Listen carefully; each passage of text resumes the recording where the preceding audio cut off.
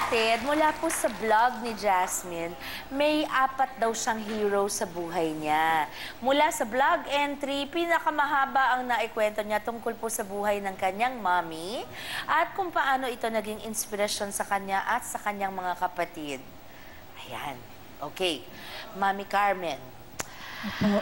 Okay, sa Pangasinan daw po kayo nag-umpisa at medyo mahirap daw ng konti ang buhay ninyo doon. Opo, opo, Miss Sharon.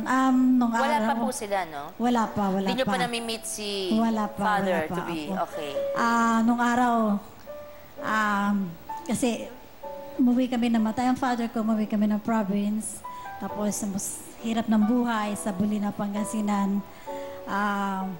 As my stepfather, ako, ganyan, after nag-remarried ang mama ko. And then, wala, mahirap talaga, kaya nagtinda ako po ng siguro mga grade 4 ako, nung araw, grade 5, nagtitinda po ako ng saluyot. Parang Sa Alaminos, 9 Pangasinan. years old, Yeah. no? Mga 9 years old. Pupunta 10 ako years sa old. bukid, magkukuha ako ng saluyot, ang palaya na wild. Okay, so nagmula po kayo sa pagtitinda ng wild ampalaya at saka po saluyot. Sa napakamurang edad, no? 9 or 10. Tapos, ano pong sumunod doon? Anong trabaho Sumunod po? Nun, ako sa tiyahin ko sa karinderya. Tapos habang pumapasok Nakitulong ako po sa kayo. nakitulong Ano po ako. niluluto nyo, Mami? Hindi, naghuhugas ng pinggan ng araw. Po? Tagahugas ng pinggan. Tagahugas kayo. Nagsiserve ka rin ng pagkain. Ay, opo. Oh, Pero sa ano po tindera. yung pagkain sa karinderya? Halo-halo, pinakbet. pitada, dinuguan, pakbet, Halo-halo dininding, na. halo-halo na po yun. Yun. Opo. Nandun pa po ba yung karinderya ngayon? Andun pa po, sa Bulinaw. biro mo, no? Andun pa. Ang ganda. Andun pa. Kaya kapag Nakita umuwi- na po nila Jasmine. Nakita. You should go on a tour of Mommy's bio. Correct! Correct! Mommy's life story. I-tour ninyo mula nung pagkabata niya, di ba? Para maintindihan nila yung roots nila talaga on your side, Mommy. Okay.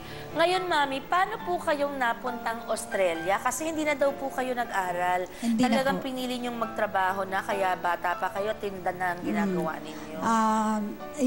Nung napunta na po ako na Australia, may mga kapatid akong half sister and brother. Also. Opo. Kaya hindi na ako nakapag-aral. Nung nandun na po ako, pinag-aral ko po sila.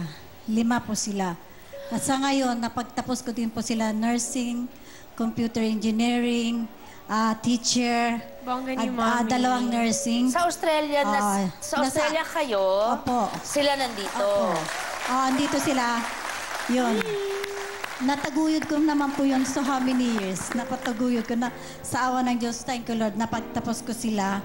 Yeah. Ay, nasa Canada, nasa Amerika, nasa Saudi. Yun. Nakuha ko na yung iba sa Australia to. Sasabihin ko po sana dapat, pero I'm sure na lang ang sasabihin ko na tinatanaw nila ang utang na loob na malaki sa inyo, Mami, no? Jasmine, sa naging buhay naman ni Mami, okay? Ano naman ang, sa tingin mo, sa lahat na nagawa ng Mami mo, na you know her life story so well, all the jobs that she's had to handle, para tulungan mga kapatid niya, etc., etc., etc. Ano ay yung pinaka ina-appreciate mo at yung ang tingin mo super galing si Mami? Ano yung trait na yon? Or anong job yon? Anong sa lahat ng nagawa niya? Si Mommy talaga, feeling ko, from the very start, natural yung pagiging mommy niya. From such a young age, 9 years old, nagbebenta na siya ng kung ano-ano just to raise money, di ba, para mapaaral po yung kapatid niya.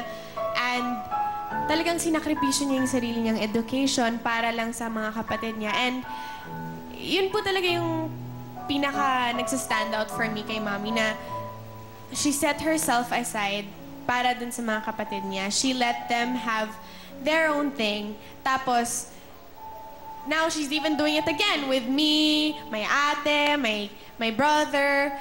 Parang paulit-ulit lang po na, ayun, panay bigay niya sa amin ng pag-nourish ng education namin, ng lifestyle namin, and she'll do anything para lang makuha namin yung gusto namin in life.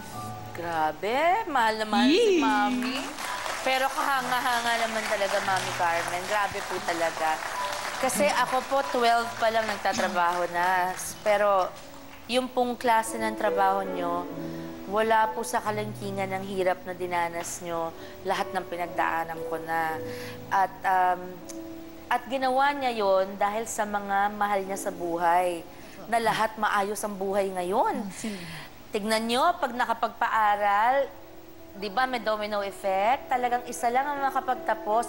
Sa case ni Mami, hindi pwedeng isang kapatid lang, kailangan 5. Di ba? At nag-succeed si Mami doon. Alam niyo, Mami, kaya I think you are blessed and your children are blessed. Si Anne is very blessed. Jasmine is, look at this beautiful face.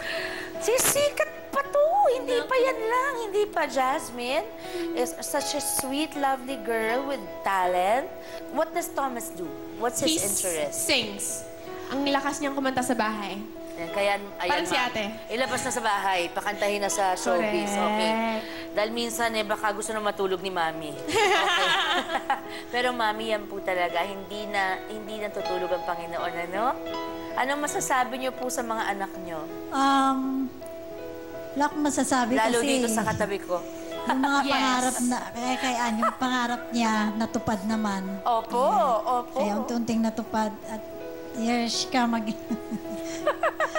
Here we go again! Sanay na si Mami. Nagkaroon na ng anong tawag doon? Ng test drive kay ate. Kaya dito, okay na, Mami, di ba? Relax na. Medyo po. Medyo. Di ba? Kasama niyo ako dyan. Alagaan natin si Jasmine. I'm so glad to have gotten to meet you today. Likewise and to have po. gotten to talk to the two of you. Maraming salamat. Pinaunlakan niyo kami talaga. Nakaka-inspire ang story ninyo. I'm very proud to know people like you, Mami. And Thank you po, Thank Ate you po. na you have Shelby. children like this now. Salamat po rin pag-imbita dito. Maraming salamat. At Mami, again, salamat po dahil first time yung lumabas sa TV. It's your very first time at ang napili niyo po ay ang aking maliit na programa. Salamat po. Thank you po. Thank you, Ma'am. Maraming salamat po. Thank you, Jasmine, Thank you of po, course, Ate for guesting Shelby. in. Sa ating pagbabalik, mga kapatid, ano kaya ang gusto naman nila Gabby at Jasmine makuha na ugali sa mga Pinoy? Ugali ng Pinoy, kumbaga. At ano naman ang ayaw nila? Yan po ang ating tatanungin. Huwag po kayong alis, magbabalik ang SKMK.